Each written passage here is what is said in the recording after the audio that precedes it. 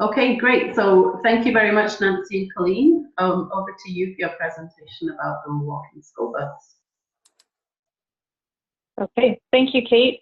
Yeah, so I'm going to start the first part of the presentation just providing a bit of a general overview of the CCS Walking School Bus program, and then Colleen is going to speak a little bit more specifically about her work at the local level. So just to kind of start off, I think everybody on this call probably already knows that there's many benefits and various motivations for why you might want to implement a walking school bus, but I thought I should cover why the Canadian Cancer Society specifically is interested in being part of is implementing this program in Ontario and as well as Quebec.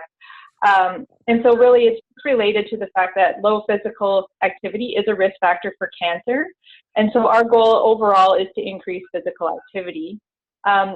We see the walking school bus as an opportunity to increase daily physical activity by about 15 to 20 minutes each day going to school. And by focusing on our younger children, we develop habits and routines at an early age that will be carried out throughout life. And we also are looking to provide children with the knowledge and skills required to navigate their neighborhood, as well as skills in road safety, so that they can build confidence and engage in active transportation at other times throughout their life.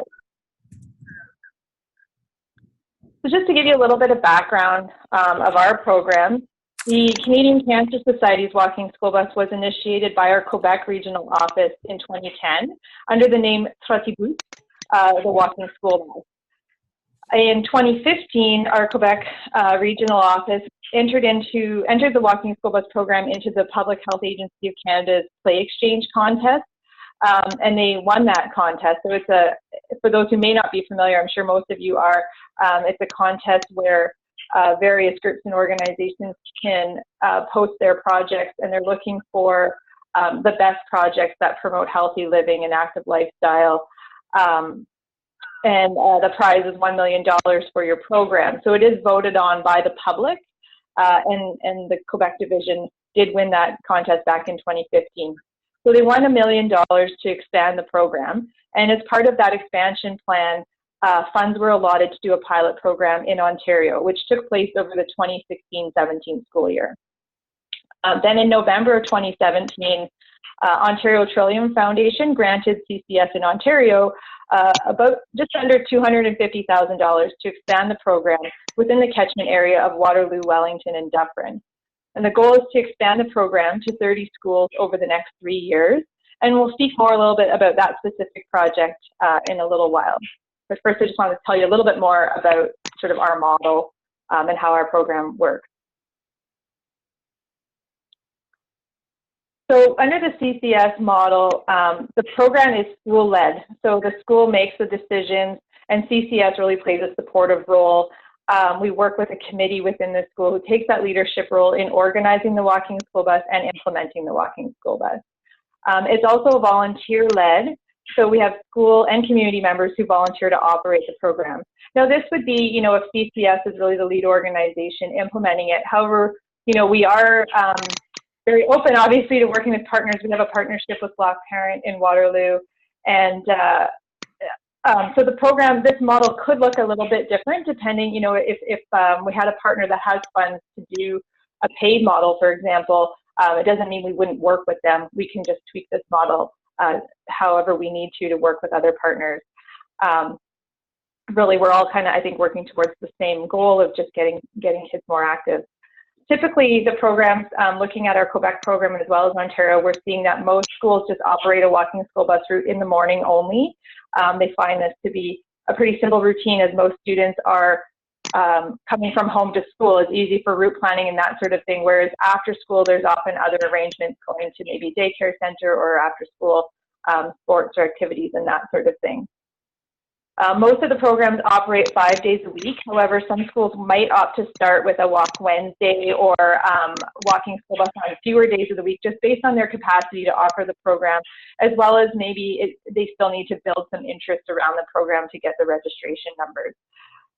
They are mostly seasonal. However, some do a year-round operation. So when I say seasonal, they typically operate or sort of close through the winter months. So from December to roughly March, depending on where in the province you live and what kind of weather you experience.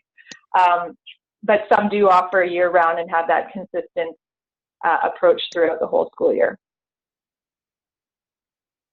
So as I said earlier, in our model, the school is generally the leader making the decisions and implementing the program.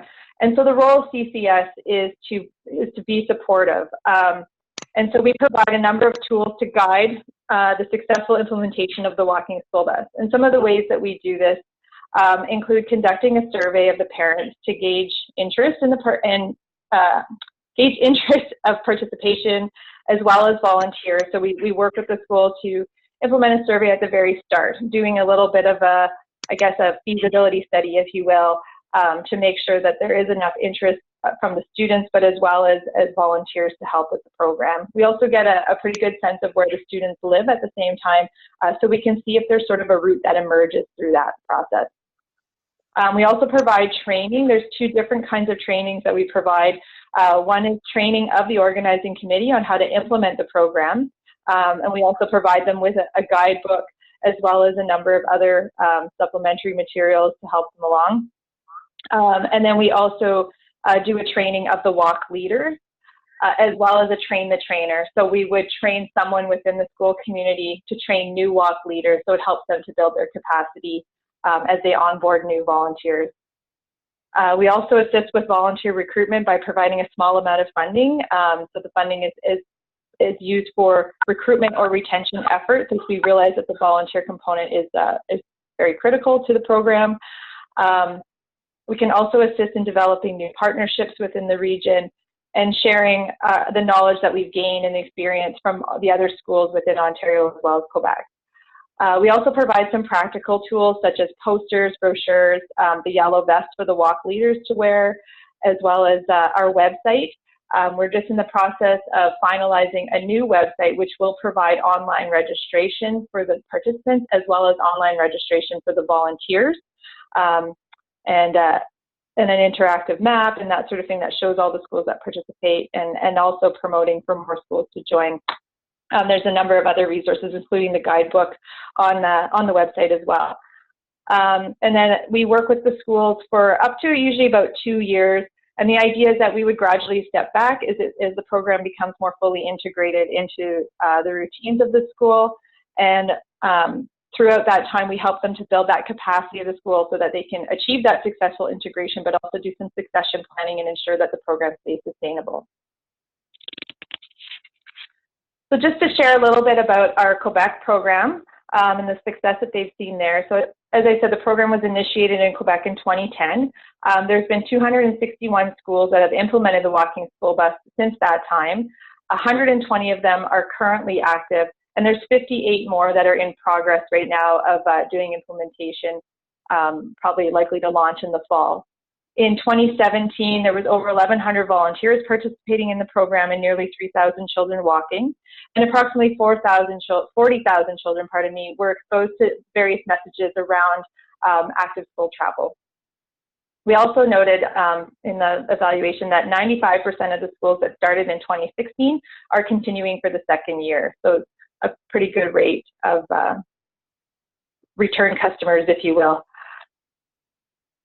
So in Ontario, before we launched our pilot project in 2015, we did meet with various key stakeholders in the province to do a little bit of a feasibility study or needs assessment to make sure that we were offering something that was in demand and we were filling a gap, so to speak. So through this process, we learned that many of the schools that were engaging in school travel planning identify a walking school bus as one activity that they would like to implement. However, with school travel planners, school travel planning facilitators being as busy as they are, they don't necessarily have the capacity and resources to support the implementation of each of those kinds of activities like the walking school bus. So this sort of leaves that gap between planning and action. And we felt that this was a really good role. Most of the stakeholders we met identified that as a role where we could fill that gap by providing those tools and resources to get the walking school buses implemented in the schools they were working with. So in 2016-17, we completed our pilot project. And so we piloted the program in 3 schools. There was 1 in the Waterloo region and 2 in North Bay. And as a result of this pilot project, over 50 students walked to school and over 30 volunteers were engaged with the program. As I stated earlier, at the end of 2017, we were really pleased that we were successful in securing funding from the Ontario Petroleum Foundation to expand the walking school bus. And we decided to focus in on the catchment area of Waterloo, Wellington, and Dufferin, as we had a lot of the key relationships there that we felt were needed to make the program successful in that region. So I'm going to turn it over to Colleen. I hope she's joined us. I'm here. Okay, great. So I'll turn it over to her to speak more specifically to the Waterloo Wellington Dufferin project. Yep, sorry about my technical difficulties, but for some reason I had to go outside for my phone to go through. So I'm outside now, but that's fine. I've got a connection and everything's going along. Great. Well, we're happy to have you on the line, Colleen. I'll turn it over to you. Thank you.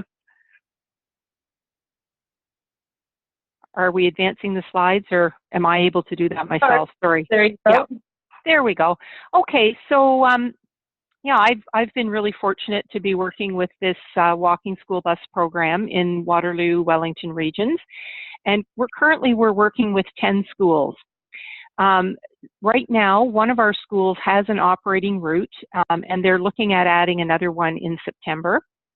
5 of these schools that we're working with have done the initial survey that Nancy was referring to and plan to move forward in the fall. So they're just in the process of, you know, analyzing the results, seeing where the potential walkers and volunteers are from, and they'll set up some routes and get going in the fall. And as we said, we do have a partnership with Block Parent that's going to help us with some of the volunteer recruitment if we need volunteer recruitment from outside of the school community itself. Okay, so we can kind of move on to the next one.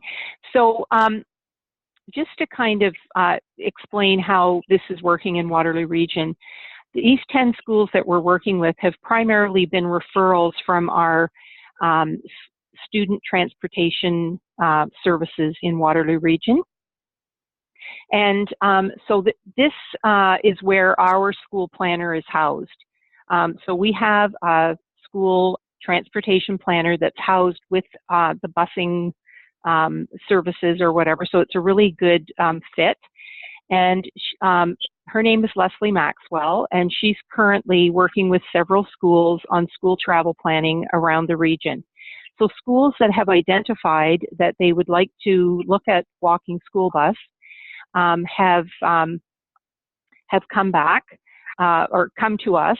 And so the schools that we've approached are schools that are already interested in the walking school bus. So that makes it a little bit easier. These are schools that, you know, do have some traffic concerns that has brought them to wanting to look at school travel planning. So even though at the Cancer Society, you know, we want kids to become more physically active and adopt those active transportation skills early in life, the schools themselves may have a different reason for getting involved. And for many of them, it's traffic and congestion that they're trying to deal with. And I'm sure this isn't new news for anybody that's on the line. So we've taken those schools that are really eager to address some of the issues at their school, and we're trying to work with them. So initially, when I get the referral from Leslie, I call and I'll either probably meet first with the principal or the school chair and just sort of see what their thoughts are, what kinds of things that they have in mind. And then usually the next step is I attend a school council meeting and speak to the school council as a whole. This way, they have an opportunity to see if this is something that they think would fit with their school, start to identify champions that might want to take this on, because we really want the school to own it, as opposed to, you know, even it's great to have a supportive administration and to have a supportive principal and whatnot, but we still need those parent volunteers that are going to come forward and really champion the program, coordinate it, take it on, et cetera, et cetera. So once we've sort of gone to the school council meeting and, you know, drummed up that support, then we develop our next steps, which is as Nancy has pointed out, it's a process that we do. And so the next part is a training with the identified champions who want to be on the Walking School Bus Committee. And so we provide them with a little bit of training about how to go through the steps to set this up. So I'm just going to go to the next slide for a minute because I'm just not sure Okay, so what's sort of come out of this? Initially, when you talk about walking school bus, most people love the idea and say, oh my goodness, this is a great idea. This should have been going on for a long time. And, why hasn't anybody done this before? These are some of the comments that we get. However, as my last point on the slide there is that then when you start talking about it, you get a lot of people coming up with the, well, what if this, what if that, what if whatever. So it takes a lot of time to sort of talk through the concept, even though it does seem simple and, makes a lot of sense. There are a lot of what ifs. And so you'll spend a lot of time working through those what ifs. What we've really discovered with our 10 schools is that every school is very unique. So one of the schools that we're working with has literally the most ideal walking environment that you could ever hope for. The children don't have to cross any major streets. It's a contained suburban area with lovely sidewalks, beautiful trees, very easy. And yet I've probably had quite a bit of reluctance from certain people at that school, where that's one end of the spectrum, to the other end where we have a very urban school in a downtown area that, parents are concerned there about methadone clinics, safe injection sites, very busy intersections, railway tracks with GO train repositioning station. You really, each school is very unique, and it takes a long time to sort of talk through the process and make sure that people are comfortable with whatever the school comes up with. On the other hand, what we constantly say to schools is, it's your decision. So a lot of them will say, well, can this happen? If you want to make that happen, then you can make that happen. So, there's still a little bit of a tendency that they want a real cookie cutter recipe, and we have to explain that each school is unique, and the school will have to make some decisions about the way that they handle certain things. The other thing that I've found is that when you're working with a school, that you need to contact the school and committee members many, many times before you maybe get a response or get answers. And a couple of times I felt a bit like I was being a pest when I continued to send emails. But then the interesting thing was I had people thanking me for, quote, being a pest. And they just said, this really fell off my radar. Thank you for keeping it, keeping it alive. And so my message there would just be that, this is only, as we all know, one item on a list of many, many items. And so you need to be a champion and keep it in the forefront. Nancy made a really good suggestion, is that when I first start meeting with these schools, tell them up front, I will be contacting you on, several times on a regular basis. So then it doesn't feel so much that you're being a pest, because you've already sort of alerted them to that. And then, as I said at my last point there, there will be some pushback from the schools. And what I mean by that is there's going to be people who are going to be reluctant to adopt this or be outright against it. And the thing is, yep, there are going to be. And I just kind of acknowledge that and just maybe say, well, this isn't the program for you. But then really try to go with those people who are interested in it. If we think about the theory of change, we know that there's early adopters and there's late adopters. And so go with those early adopters and really try and encourage and support them, and just acknowledge that there are late adopters and those aren't the people that you're going to get at the time. Even I mentioned the one urban school that we're working with the many challenges, and many parents feeling very uncomfortable about having their children walk. But at the end of the day, there was one parent there who came forward and said, I think it's a great idea and I'd like to do what I can to help get it going. So, you know, look for those champions and just keep plugging ahead. So I think those were my only slides. So I hope I've covered what we were looking for, and I think probably our time's up, so we can always you know, explore this more in the question period. Yeah, just a little comment on that, Colleen, what you're saying about early adopters and late adopters as well, is that we often see, we encourage a school, even if you only have a small number of people interested, get it started. And once people see it in action, your registrations tend to see a boost pretty quickly after. For some reason, as we said, it seems like a very simple concept, but people they seem to have a hard time getting their head around it. And once they see it in action, it's like a light bulb goes off. They're like, oh, this is what they were talking about. This is really easy. I really want my kid to participate in this. So don't be, I guess, discouraged if the numbers are low at the beginning. And that, you know, even if you only have 3 or 4 kids to start off, it is worth starting off and letting people see that program going.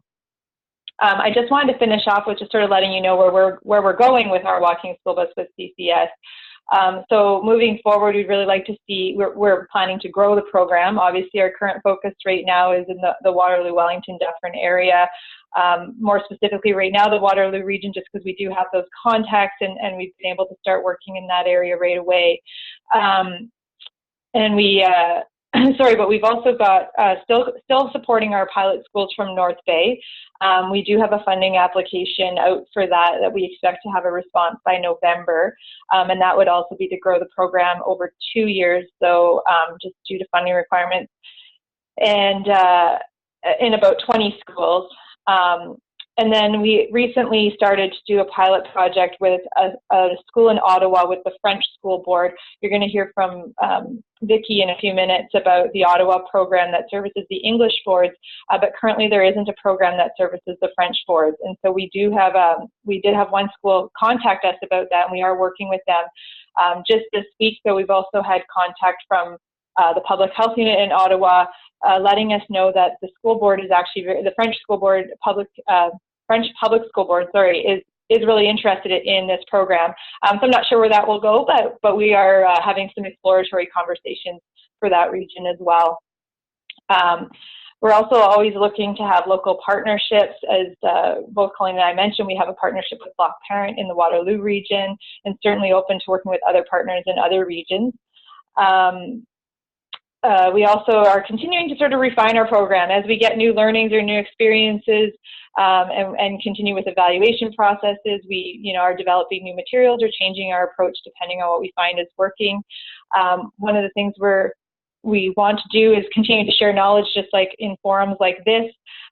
We continue to work with Green Communities Canada as well as Metrolinx and our other stakeholders, raising awareness about active school travel.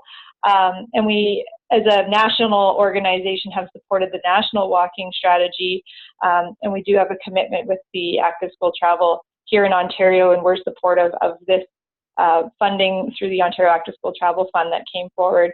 As part of this project, we are doing a formal evaluation, and it is being conducted by 2 researchers from the University of Waterloo. So once that evaluation is complete, we'd be more than happy to share the results, and we do intend to host a stakeholders forum to share some of that.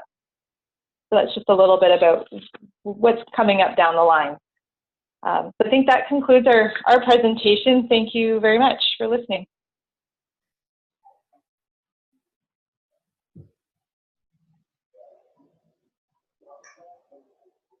She's on mute.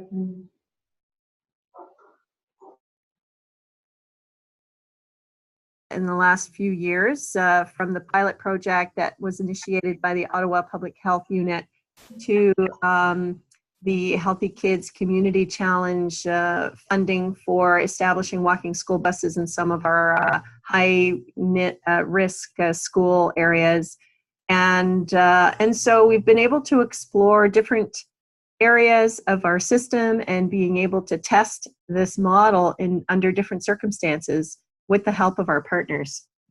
So what I wanted to do is really jump right into risk mitigation. And I know that's not a very popular subject, but I think it's one that creates a very big barrier to implementing these kinds of programs. So whereas the Cancer Society really is looking from the outside in to a school, when you have a school board program, there's a completely different set of expectations from the public and from staff and also from schools themselves and parents. So when we look at the Ontario School Board Insurance Exchange, and we've had many conversations with them, their recommendation for risk mitigation is really to have a documented policy that establishes all the criteria and that seems very consistent. It's a consistent approach that can be used across the system and that identifies foreseeable risks and then actually demonstrates that there's risk mitigation. And then having procedures that really show how you're managing those risks and then have the proof. So have documentations that demonstrate that the policies and procedures are actually in use and that you don't have a lot of exceptions and one-offs. OSB will cover all instances of negligence and abuse of or anything that's really out of the ordinary for volunteers and staff, whether it's on-site or off-site.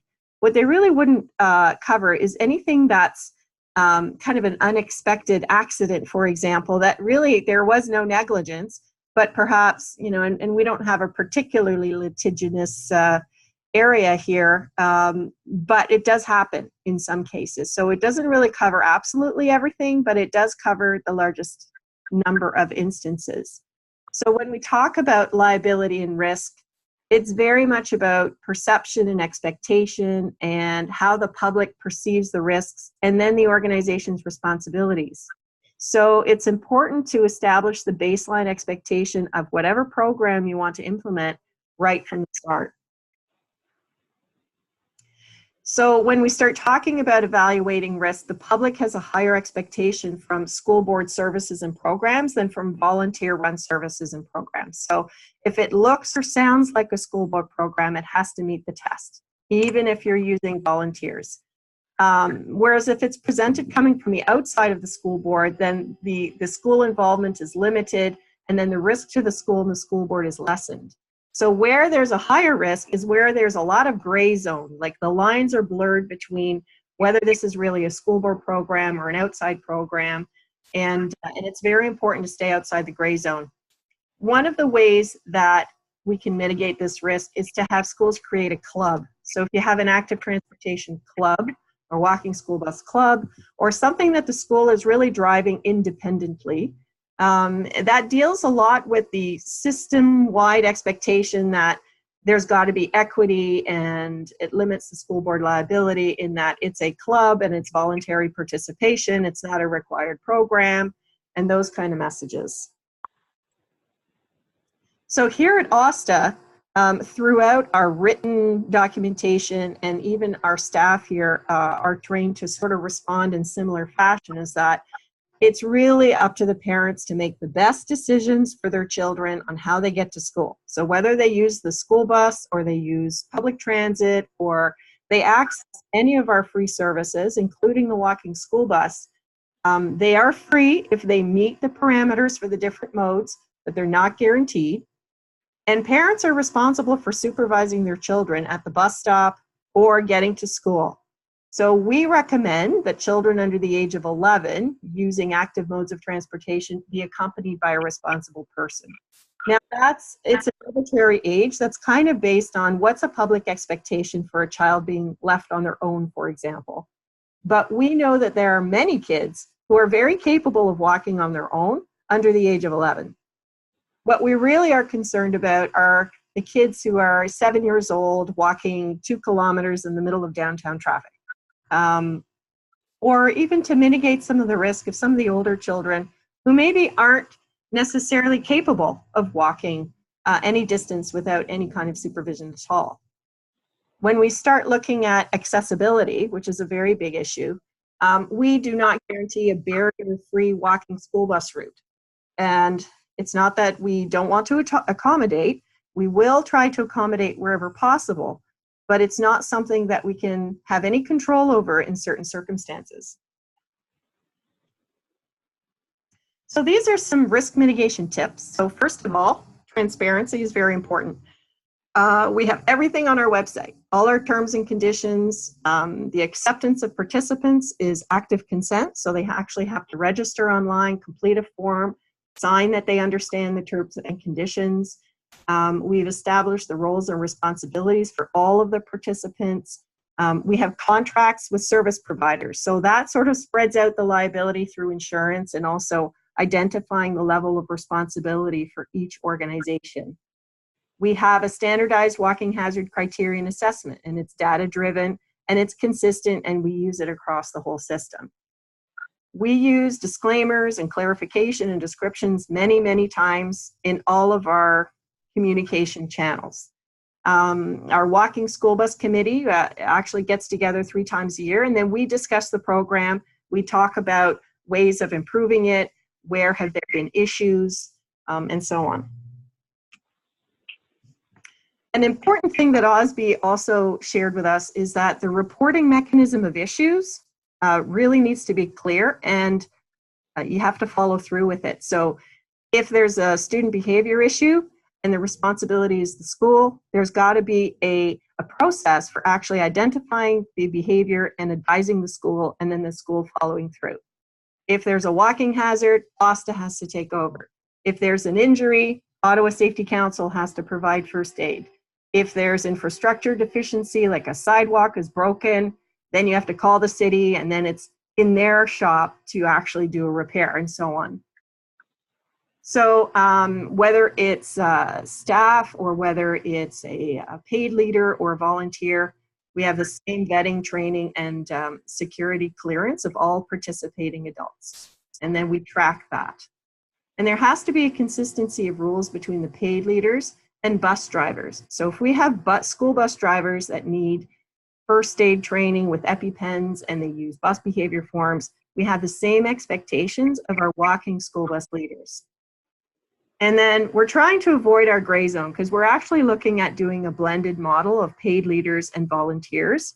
And so we're just going to try to make the entire volunteer model look exactly like the paid model, except we're not paying the leaders. So where does the walking school bus actually fit in? When we developed the School Active Transportation Community Reculturing Continuum, we look at the walking school bus not as a service necessarily, but as a reculturing tool. And it's located more in the stage 3 scenario. So we have stage 1, that's a list of schools. We've got 105 schools that are we're raising awareness of active transportation. They haven't actually dabbled yet. Stage 2 is they've demonstrated a willingness to try something new. So they might have done an iWalk event, they might have had a bike rodeo or 2, or they've tried pedestrian training. But there's actually an indication that they're willing to make the effort and that the school has established a communication channel with their school community, and the messaging is out there that active transportation is a component of that school community. So walking school bus really only comes into play at stage 3. So if a school has really demonstrated a commitment to school travel planning, they've had multiple one-off events, so whether iWalk, pedestrian training, etc., then we would consider them for a walking school bus. And that's really important distinction there, because we've attempted to implement a walking school bus in schools where they hadn't actually attempted any kind of active transportation, and it really didn't work out. And so because it's such a huge investment for us, we want to make sure that the school community is very prepared and willing to actually adopt this kind of active transportation model. So who gets a walking school bus? We identify potential schools in communicating with our walking school bus committee, the Ottawa Public Health Unit or Enviro Center, which is one of our partners, or the Ottawa Student Transportation Authority, of course. We have our active transportation tracker, and we know what kind of activities every school has done throughout the year. And the school has to have demonstrated an interest and made an effort to promote active transportation. So basically, students and teachers already have an understanding of active transportation, and there's a committed senior school staff, so whether it's a VP or a principal. And then we have an agreement with the school. The principal has to actually make a commitment to handling behavior issues, having a responsibility for the communication and promoting the walking school bus, and also committing to creating the junior walking school bus leader program. So our walk zone has to demonstrate a low risk, or at least some risk mitigation, like a crossing guard. And the number of students along the proposed route must demonstrate critical mass. So we really want to make sure that we're not establishing a route in a kind of a low walking possibility area. We want to make sure that the greatest number of students could actually participate. And then we track the number of daily walkers to determine whether the walking school bus has been successful, if it needs a little bit more engagement, or if there's really low participation year over year, then we would cancel it the following year. So our partner is the Ottawa Safety Council, and their main program is actually the Adult Crossing Guard program, which is contracted by the city, and they also do motorcycle training. So we have them as a contracted service provider, and they do all the recruitment and training and managing, and they pay the walking school bus leaders. So we just fund them for the services that they provide us. And they make sure that everyone has a vulnerable sector check. They also have insurance for their paid leaders and also any volunteers. So their motorcycle program is actually delivered by volunteers. So it was quite handy for us to be able to have that additional insurance there. They provide all the equipment. So there are coats, vests, and cleats because we run our walking school buses year round. In this particular case, you see they've got the reindeer antlers, and they had a wonderful participation. They did end up calling all of the parents to make sure that they were all on board with having this little special Christmas theme. And I really like this picture because it kind of shows all those other little kids lined up there behind the gate looking out longingly at our reindeer walking school bus, and we really want to see them kind of start participating as well. So they cross-train crossing guards as the replacements for the paid walking school bus leaders, which is great because the parents are really looking to make sure that the service is consistent. The parents who have selected to register on the walking school bus are really counting on that as an alternative to daycare, or as an alternative to having to drive them to school. And so it's really just transferring the supervision from themselves to another adult. That's really the important component there. The Ottawa Safety Council determines the inclement weather cancellations. So often we'll have a snow day for school buses, so we cancel school bus and van transportation. But the walking school bus will actually continue operating.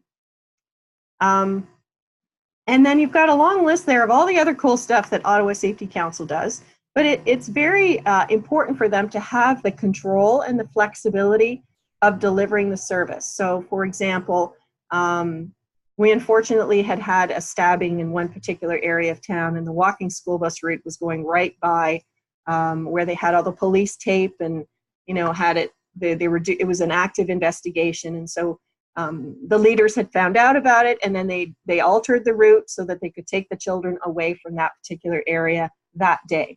So again, very important for them to feel that they have that ownership and also the ability and authority to make changes to protect the children.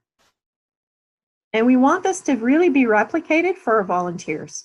So we're not sure how that's going to work yet, but we're going to use the exact same model, and but instead using the volunteers to actually be the leaders in certain areas.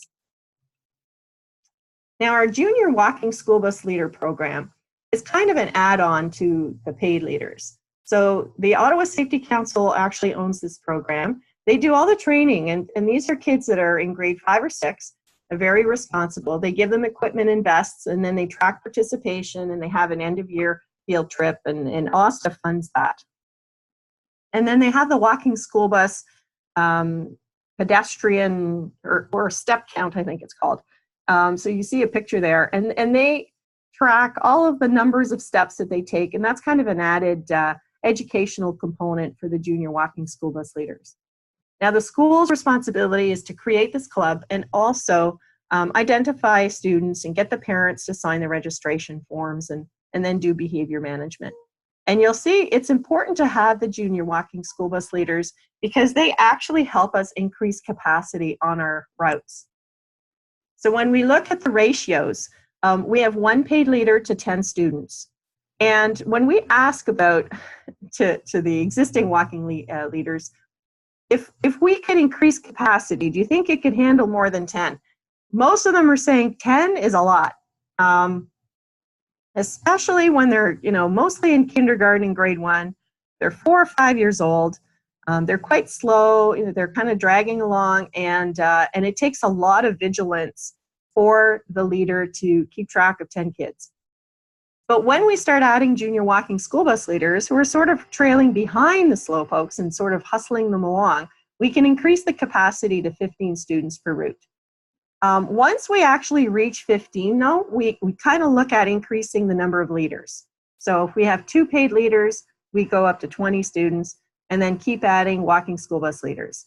But our routes are maxed out at 30. So we don't have any schools that handle more than 30 kids.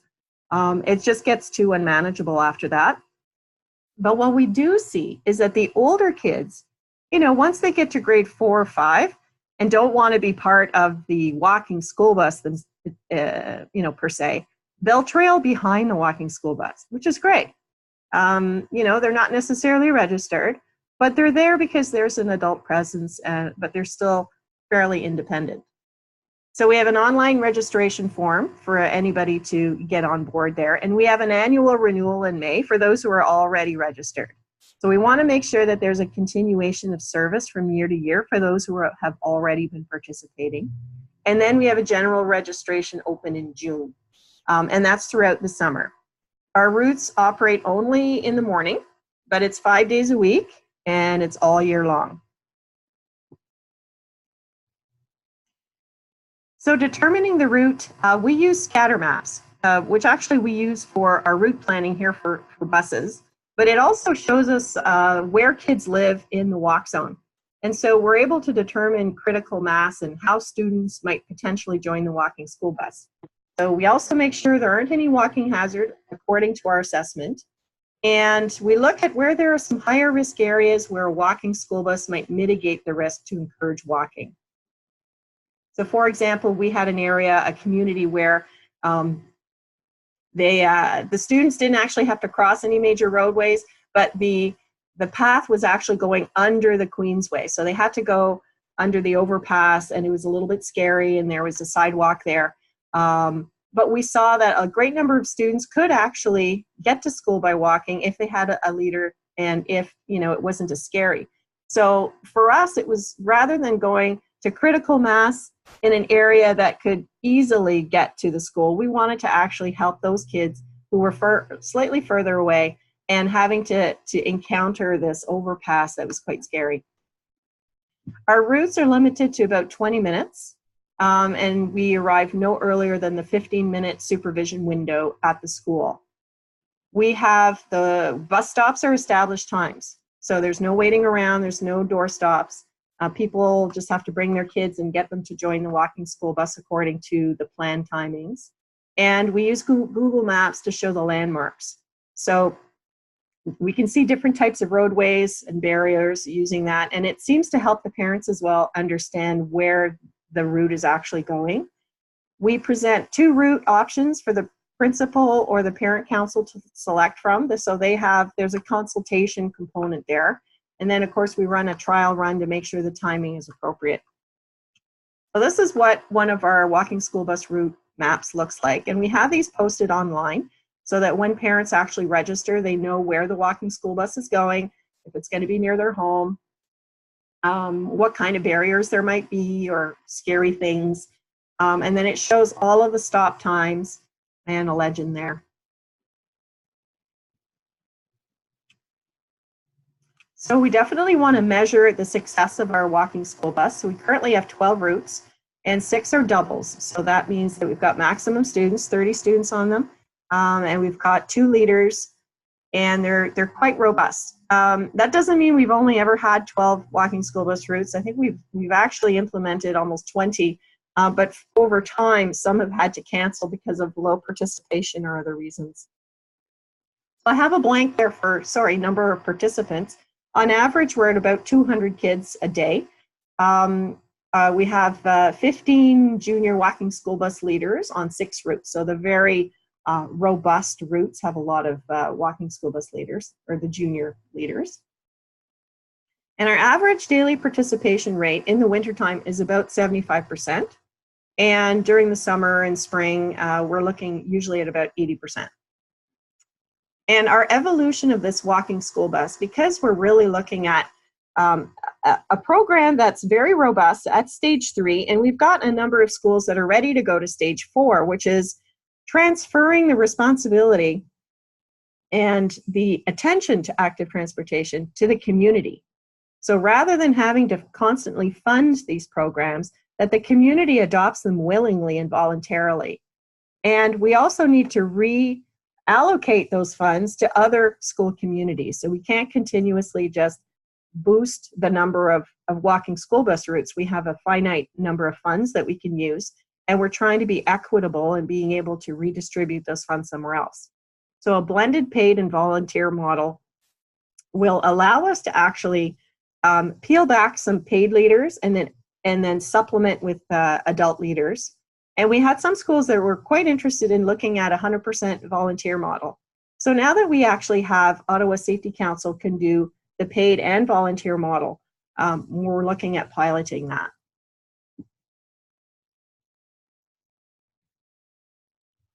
So I'm going to attempt to play you our video, actually. We have a video that was produced by, hang on one sec, let me see if I can do this.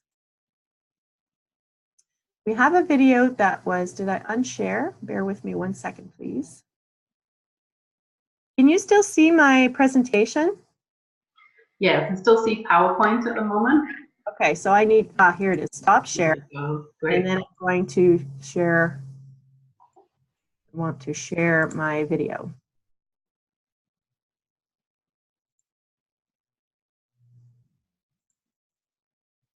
All right, so this video was created in partnership with Safer Roads Ottawa, Ottawa Public Health, and Convent Glen Catholic School.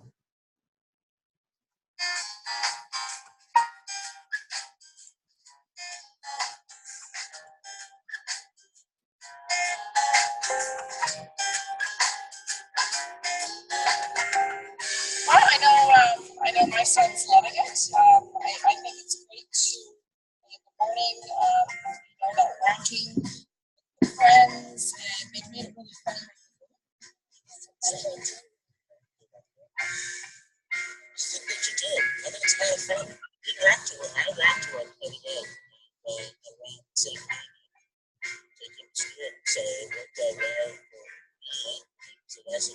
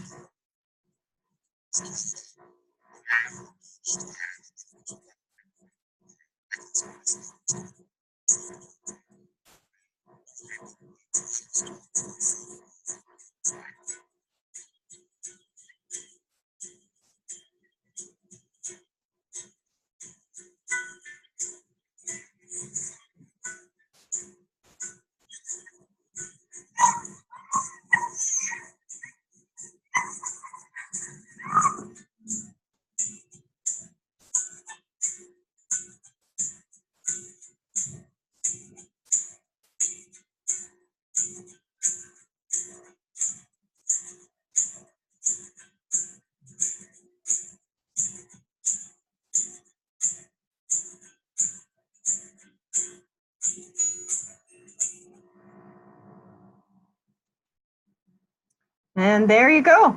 I'm happy to answer any questions. Thank you, Vicky. The sound quality on that video didn't come through very well.